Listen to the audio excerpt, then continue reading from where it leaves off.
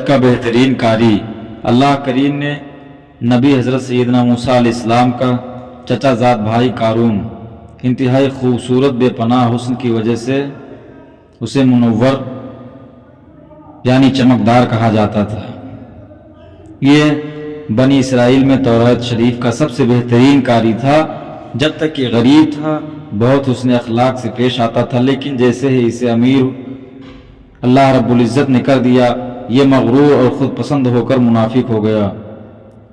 خزانوں کی چابیاں اللہ پاک نے قارون کو اتنے خزانے عطا فرمائے تھے کہ ان خزانوں کی چابیاں اٹھانا ایک بڑی طاقتور جماعت کا کام تھا۔ لوگ اس خزانے کی بھاری چابیاں اٹھا کر تھک جایا کرتے تھے۔ جب قارون سفر پر نکلتا تو اس کے خزانوں کی چابیاں خچروں پر رکھی جاتی تھیں۔ ایک مرتبہ قارون گھر سے اس حالت میں نکلا کہ سفید رنگ کے خچر پر لال رنگ کا قیمتی جوڑا پہنے ہوئے سوار تھا۔ جب خچر کی زین سونے کی تھی، اس کے ساتھ ہزاروں لونڈیاں اور غلام ریشمی لباس اور زیورات پہنے ہوئے سجے سنورے ہوئے گھوڑوں پر سوار تھے۔ سونے اور چاندی کے تختے۔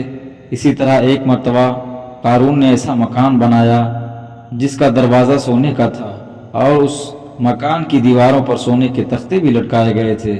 بنی اسرائیل اس کے پاس کھانے پینے آتے تھے اور قارون کی تفریح کا سامان کیا کرتے تھے۔ جب زکوٰۃ کا حکم نازل ہوا تو قارون حضرت موسیٰ علیہ السلام کی بارگاہ میں حاضر ہوا اور ان سے طے کیا کہ وہ اپنے تمام مال کا 1000واں حصہ زکوٰۃ کے طور پر دیا کرے گا، لیکن جب گھر آ کر اس نے حساب لگایا تو اس کے مال کا 1000واں حصہ بھی بہت زیادہ بن رہا تھا۔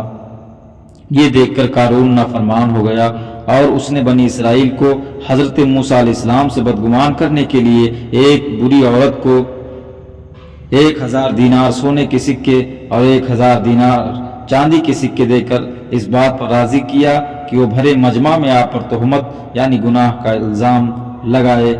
چنانچہ جب آپ علیہ السلام وعظ و نصیحت کے لیے لوگوں کے درمیان تشریف لائے تو قارون نے کہا، بنی اسرائیل کا خیال ہے کہ آپ کا کردار ٹھیک ہے، کیونکہ ایک عورت آپ کے بارے میں ایسا کہتی ہے۔ آپ علیہ السلام نے اس عورت کو بلایا اور اسے اللہ پاک کی قسم دے کر ماجرا پوچھا تو وہ ڈر گئی اور قارون کی سکھائی ہوئی جھوٹی بات بولنے کے بجائے سچ بیان کرنے لگی۔ قارون کی منافقت بیان کی اور رشوت دینے کا پول کھول دیا۔ یہ دیکھ کر موسیٰ علیہ السلام روتے ہوئے سجدے میں گر گئے، عرض کی، اے اللہ، اگر میں تیرا رسول ہوں تو قارون پر غضب فرما۔ چنانچہ آپ کی اس دعا کے بعد قارون اپنے دوستوں اور ساتھیوں کے ساتھ پہلے گھٹنوں تک، پھر کمر تک، اس کے بعد گردن تک، پھر بالآخر پورا زمین میں دھس گیا، اور یہی حال اس کے مال اور خزانے کا بھی ہوا۔